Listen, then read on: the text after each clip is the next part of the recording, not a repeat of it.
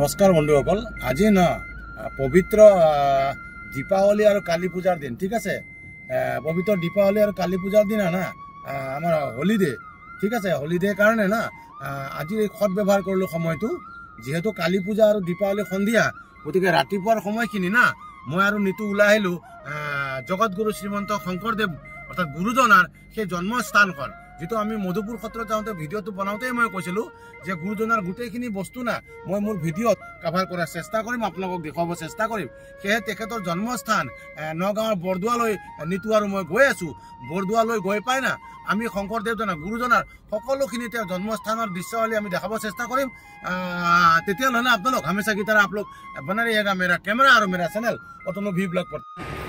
বন্ধুসকল দেখিছে মোৰ বৰদোৱা গেট অৰ্থাৎ গুৰুজনাৰ জন্মস্থানৰ যি বৰদোৱা।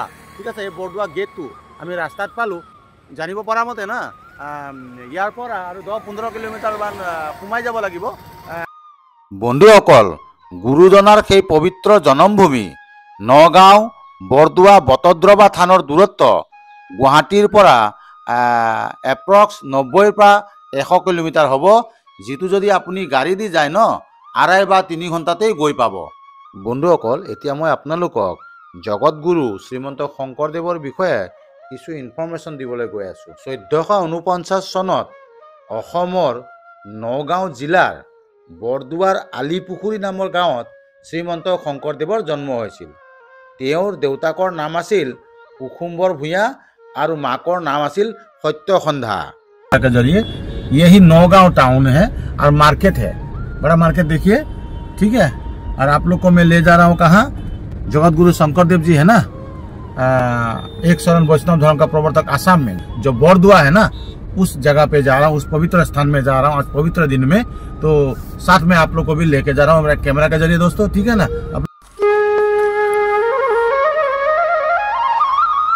ঠিক আছে বন্ধুসকল, দেখিছে এইটোৱে হৈছে জগতগুৰু শ্ৰীমন্ত শংকৰদেৱৰ জন্মস্থানৰ বৰদোৱা অৰ্থাৎ বৰদোৱা থানৰ মেইন গেট। ঠিক আছে, এই মেইন গেটৰ সন্মুখত মই খাৰা আছোঁ আৰু ইয়াৰ ভিতৰত গৈ না গোটেইখিনি আপোনালোকক দেখুৱাব চেষ্টা কৰিম। তো दोस्तों हमेशा की तरह ना ये शंकरदेव जगतगुरु शंकरदेव जी का जन्म स्थान को देखने के लिए आप लोग बने रहिएगा मेरा कैमरा और मेरा चैनल अतनु भि ब्लॉग पर। चलिए ये जन्म स्थान देखना शुरू करते हैं और मैं मंदिर का अंदर नवघर का अंदर जा रहा हूँ। ठीक है, বটদ্ৰৱা থান বুলি কৈছে। আগতে বৰদোৱা নামটো নাছিলে, আগতে বেলেগ নাম আছিলে, কিন্তু এতিয়া বৰদোৱা নামেৰে বিখ্যাত হৈছে। এইখনে হৈছে জগতগুৰু শ্ৰীমন্ত শংকৰদেৱৰ জন্মস্থান আৰু জন্মস্থানটো আজি মই আপোনালোকক দেখুৱাবলৈ লৈ আহিছোঁ বন্ধুসকল।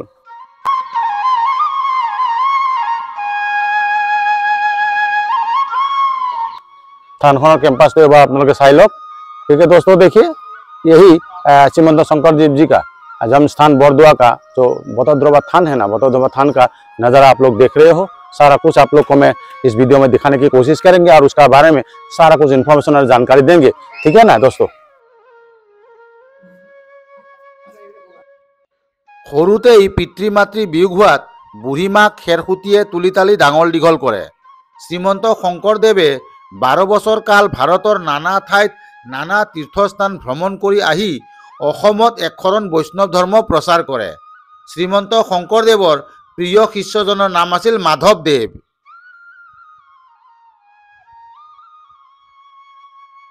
বন্ধুসকল, এই দেখিছে এই গৈ আছোঁ মই আকাশী গংগা নামৰ বিৰাট ডাঙৰ যিটো শংকৰদেৱে সৃষ্টি কৰিছিল, জগতগুৰু শংকৰদেৱে সৃষ্টি কৰা আকাশী গংগা যিটো পুখুৰী, সেই পুখুৰীটো দেখুৱাবলৈ গৈ আছোঁ। ইতিমধ্যে বহুত মানুহ তাতে ভিৰ হৈছে আৰু ময়ো দেখুৱাব চেষ্টা কৰিম এই পুখুৰীটো। আৰু এই পুখুৰীটো এসময়ত যেতিয়া এইটো অঞ্চলত আপোনাৰ পানী নোহোৱা হৈ গৈছিল শংকৰদেৱৰ দিনত, তেতিয়া তেওঁ না পূজা পাতল কৰি না যজ্ঞ কৰি বা পূজা পাতল কৰি কি কৰিছিলে না গংগাক নমাই আনিছিলে বোলে ইয়াত। ঠিক আছে, গংগা দেৱীক স্বৰ্গৰ পৰা নমাই আনি এইটো পুখুৰী সৃষ্টি কৰিছিল এইটো অঞ্চলৰ মানুহৰ পানীৰ কাৰণে। ঠিক আছে, সেই তেতিয়াৰ পৰা এই পুখুৰীটো আকাশী গংগা পুখুৰী নামে জনা যায়। আৰু এই আকাশী গংগা পুখুৰীটো আপোনালোকক দেখুৱাবলৈ মই লৈ আহিছোঁ। ঠিক আছে, গৈ আছোঁ পুখুৰীটোৰ পাৰলৈ। এইখন হৈছে আকাশী গংগা। আকাশী গংগাখন শংকৰদেৱে মধ্যৰাতি আকাশৰ পৰা নমাই অনাৰ কাৰণে ইয়াৰ নাম আকাশী গংগা। শংকৰদেৱে মধ্যৰাতি আকাশৰ পৰা আকাশী গংগাখন নমাই আনিবলগীয়া কিয় হৈছিল? শংকৰদেৱৰ দিনত বৰদোৱাত পানীৰ অভাৱ হৈছিলে। পানীৰ অভাৱৰ কাৰণে তেওঁ পাটনাভাগ খান্দি লৈছে। সেইটো পাটনালৰ পানী তেওঁ খাই তেওঁ গা ধুৱে। কিন্তু শংকৰদেৱৰ লগত দিনে ৰাতে 40 ভকত থাকে, 120 জন। 120 জন ভকতৰ এজন ভকতৰ সেয়া পানী গ্ৰহণ নকৰে, কিয়নো গুৰুজনৰ পানী। কিন্তু 120 জন ভকতে শংকৰদেৱৰ লগত বহি নাম কীৰ্তন কৰিব লাগে। ভকতসকলৰ গা ধুবলৈও পানী নাই, খাবলৈ পানী নাই, নাম কীৰ্তন কেনেকৈ কৰিব? তেতিয়াতো ভকতসকলৰ এটা সমস্যা হ'ল। তেতিয়া সকলো ভকত লগ খালে। সকলো ভকত লগ খাই গুৰুজনক গৈ আপত্তি কৰিলে যে গুৰুবাপ, আমাক পানীয় কণৰ সুব্যৱস্থা কৰি দিয়ক। তেতিয়া গুৰুজনেতো ভকতসকলৰ কথা ৰাখিবলগীয়া হ'ল। ভকতসকলৰ কথা ৰাখিবলগীয়া হ'ল। গুৰুজনে ভকতসকলক ক'লে, পানী ভাগ মই দিব নোৱাৰিম, পানী ভাগ দিব প্ৰভুজনে। প্ৰাৰ্থনা কৰক আৰু নাম কীৰ্তন কৰক, তেতিয়াহে নাম কীৰ্তন ওলাইছে দেই। তেতিয়া 40 ভকতে লগ খাই য'ত আকাশী গংগাখন আছে, আকাশী গংগাখন তেতিয়া নামি অহা নাই দেই। এইখন শুকান মৰুভূমি আছে। শুকান মৰুভূমিতে 40 ভকতে বহি লৈ দিনে ৰাতিয়ে 7 দিন নাম কীৰ্তন কৰিছিল, দিনে ৰাতিয়ে। বন্ধুসকল, এইটোৱে হ'ল সেই আকাশী গংগা পুখুৰী। ঠিক আছে, চাই লওক যিটো পুখুৰীৰ নিৰ্মাণ কৰিছিলে।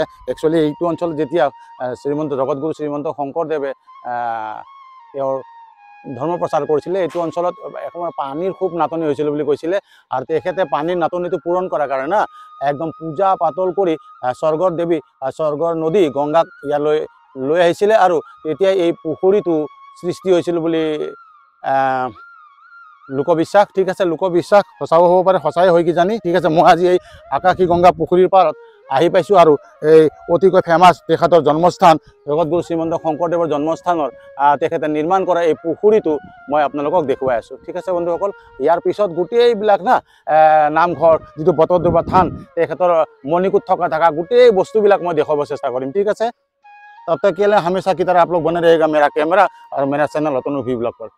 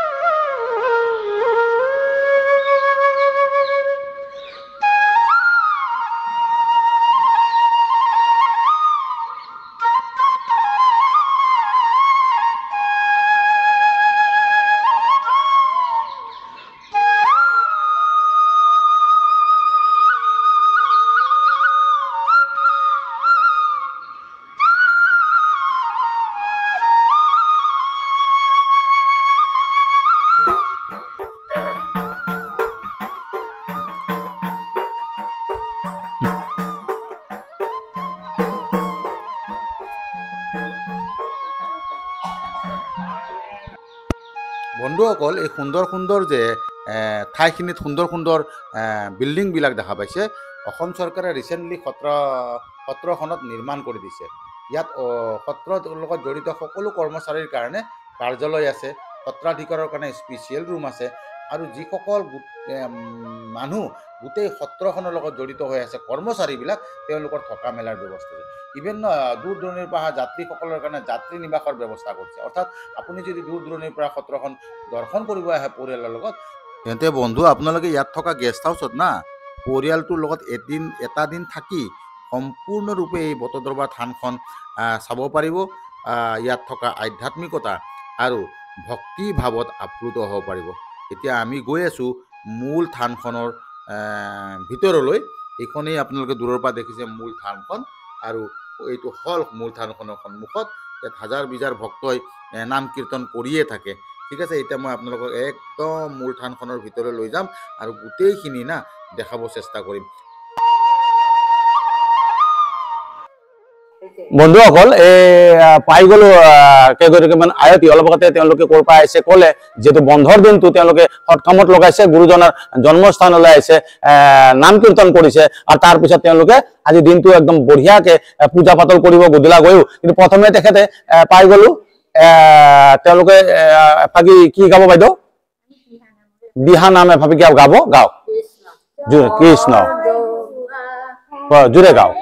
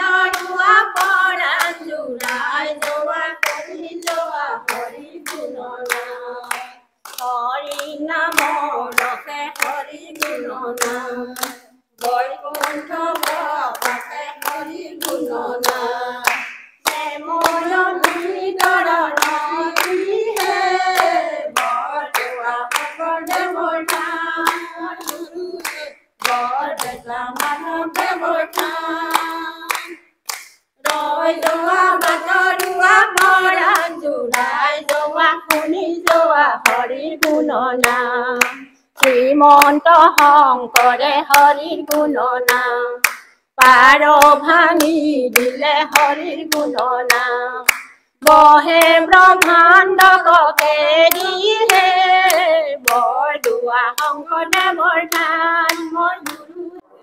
চাওক বন্ধুসকল এইখনেই হৈছে মূল থান বটদ্ৰৱা থান। এই বটদ্ৰৱা থানৰ মূল মণিকূট য'ত আছে না তাত যাবলৈ হ'লে হলটোৰ ভিতৰত যাবলৈ হ'লে কিন্তু আপুনি জেনেৰেল ড্ৰেছেৰে যাব নোৱাৰিব ধুতি পিন্ধি যাব লাগিব কঠোৰ নিৰ্দেশনা দিয়া আছে এইটো হল। এই ভাগ হৈছে নামৰ আসন হয় ইয়াৰ আগত খালি নাম কীৰ্তন হয় হয় হয় ইয়াৰ পিছফালে মণিকূট যে আছে এই ভাগ হ'ল নামৰ আসন হয়।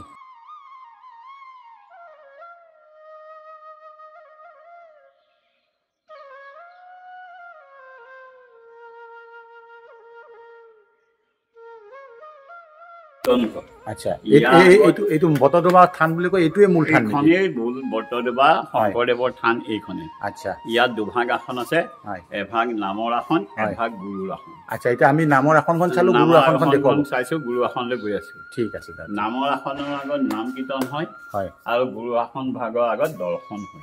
বন্ধুসকল দেখিছে ইয়াতে যিটো বটদ্ৰৱা থানৰ মূল নামঘৰটো যিটো আছে সেইখন গুৰুৰ আসন গুৰুৰ আসনখনতো নাম কীৰ্তন হয় আৰু নামৰ আসনো আছে দুখন আসন আছে বন্তি জ্বলাইছিলে এক বন্তি জ্বলাইছিলে এই বন্তি ভাগৰ নাম হৈছে অক্ষয় বন্তি।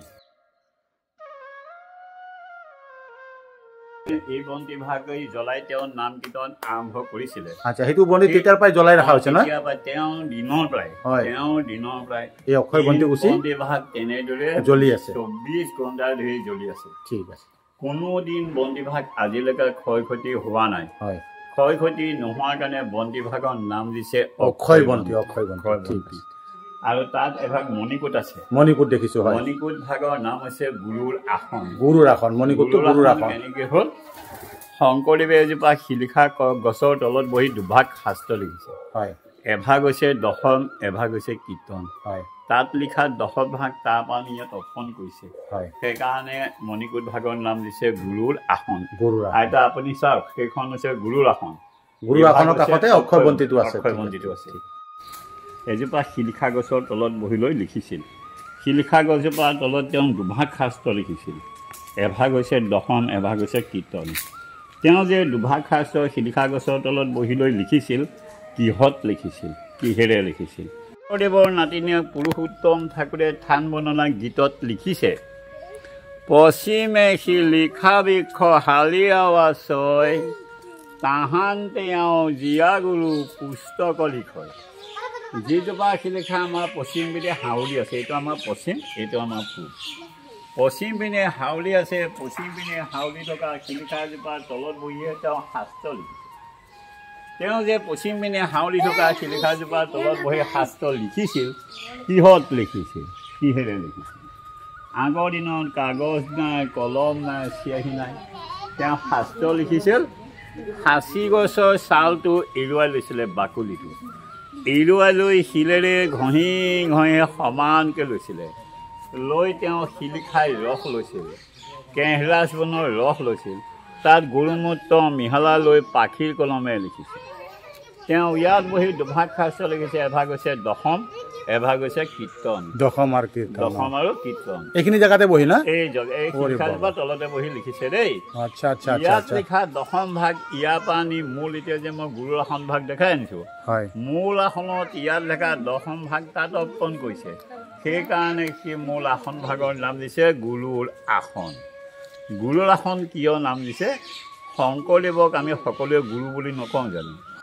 এইটো কোৱা পানী গুৰুজনে খাইছিলে গুৰুজনে গা ধুইছিলে গুৰুজনৰ লগত চকুৰি ভকত থাকে এজন ভকতেও এইটো কোৱা পানী গ্ৰহণ কৰা নাছিলে কিয়নো গুৰুজনৰ পানী সেই চকুৰি ভকতৰ কাৰণে 120জন ভকতৰ কাৰণে আকাশী গংগাখন নমাই আনিছিল সকলো বিল্ডিং আমাৰ মুখ্যমন্ত্ৰী হিমন্ত বিশ্ব শৰ্মাদেৱে আজি 3 বছৰ হৈছে বনাই দিছে 23 চনৰ 24 ছেপ্টেম্বৰত এইটো উদ্বোধন কৰিছে আগতে এনেকুৱা বিল্ডিং বুলিবলৈ একো নাছিলে আচ্ছা সকলো তেওঁহে বনাই দিছে ওপৰত থকা হোৱাৰ জাতিসকলে থকা নিবাস আছে নিবাস জাতি নিবাস আচ্ছা এই বন্ধুসকল মই না বটদ্ৰৱা থানৰ চৌদিশ ঘূৰি আছোঁ আপোনালোকৰ কাৰণে ভিডিঅ'গ্ৰাফি কৰি আছোঁ ঠিক আছে গোটেই নামঘৰটো আপোনালোকক দেখুৱাব চেষ্টা কৰি আছোঁ আৰু নামঘৰৰ গোটেই কেম্পাছটো না ইমান ধুনীয়া কেম্পাছ কি একদম শান্তিৰ বাতাবৰণ একদম ইমান শান্তিৰ বাতাবৰণ কি কওঁ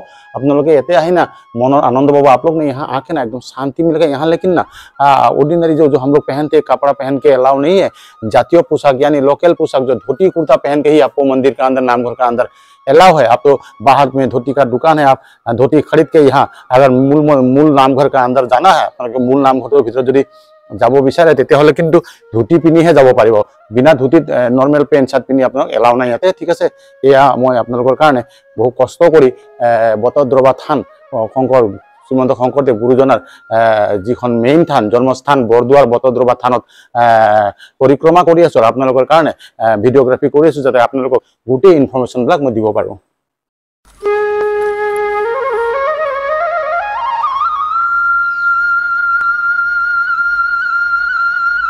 শংকৰদেৱ আৰু মাধৱদেৱৰ মিলনক মণিকাঞ্চন সংযোগ বুলি কোৱা হয় শ্ৰী শংকৰদেৱে অসমৰ বিভিন্ন স্থানত সত্ৰসমূহ প্ৰতিষ্ঠা কৰিছিল শ্ৰী শংকৰদেৱে বহু পুথি ৰচনা কৰে তাৰ ভিতৰত কীৰ্তন দশম ভাগৱত হৰিচন্দ্ৰ ৰজাৰ উপাখ্যান ৰুক্মিণী হৰণ আদিয়েই প্ৰধান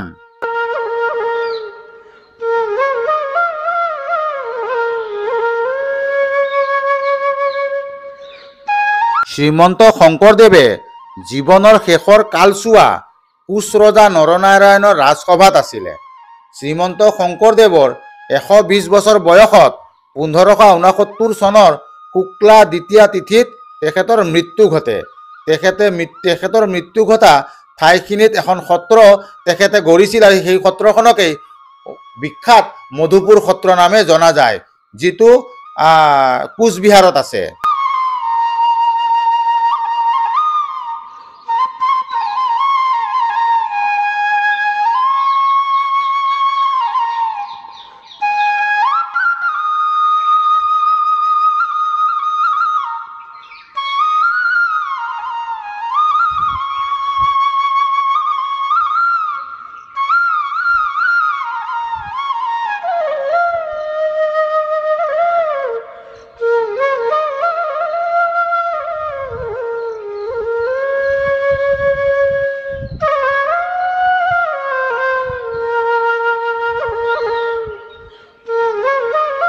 বন্ধুসকল দেখিছে মূল বটদ্ৰৱা থানৰ ভিতৰত সোমাবলৈ না দুটা গেট আছে এটা পুখুৰী হয় এটা আকাশী গংগা পুখুৰীটোৰ ফালেদি এটা ৰাস্তা আছে এইটোৱে মূল গেট আৰু এইটো যে মই এতিয়া দেখাই আছোঁ এইটো এটা গেট আৰু এইটোদিও আপুনি এণ্ট্ৰেঞ্চ কৰিব পাৰে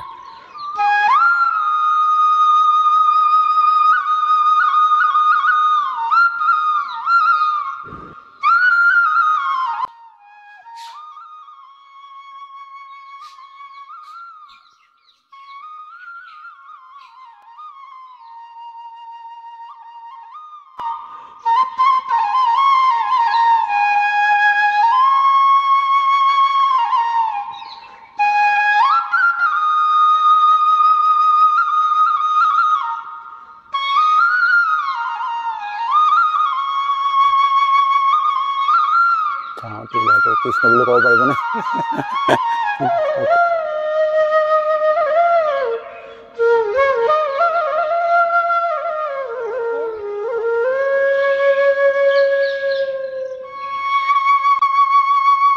বৰদোৱাৰ বটদ্ৰৱা থানৰ সন্মুখৰ মেইন এন্ট্ৰেন্স গেটৰ সন্মুখতে দোকান পোহাৰ অৰ্থাৎ পূজা কৰাৰ কীৰ্তন কৰাৰ গোটেইখিনি সামগ্ৰী ইয়াত মজুত আছে। আপোনালোকে খালি আহিলেই হ'ল, গা পা ধুই পবিত্ৰ হৈ আপোনালোকে আহিব আৰু ইয়াতে গোটেইখিনি সামগ্ৰী পাব। সেইবিলাক সামগ্ৰী লৈ থানৰ ভিতৰত গৈ মূল নামঘৰৰ ভিতৰত গৈ পূজা অৰ্চনা আপোনালোকে কীৰ্তন অনুষ্ঠান কৰিব পাৰিব। এয়া ৰিটাৰ্ণ, ঠিক আছে, একবাৰ পুনৰ চাই লওক। বন্ধুসকল, মোৰ এই ভিডিঅ'টোত আপোনালোকে নগাঁৱৰ পবিত্ৰ তীৰ্থস্থান গুৰুজনাৰ জন্মভূমি বটদ্ৰৱা থানখন চাই কেনে পালে নিশ্চয় কমেণ্ট কৰি জনাব। আৰু লগতে এনেকুৱা ধৰণৰ পবিত্ৰ তীৰ্থস্থান মঠ মন্দিৰ আদি চাই থাকিবলৈ না আপোনালোকে মোৰ চেনেলটো ফ'ল' কৰিব নাপাহৰিব। লগতে এবাৰ মোৰ চেনেলটো আপোনালোকে লাইক শ্বেয়াৰ ছাবস্ক্ৰাইব কৰিব আৰু তেতিয়ালৈ না আপোনালোকক ধন্যবাদ আৰু পুনৰ এবাৰ জয় গুৰু শংকৰ, জয় গুৰু শংকৰ।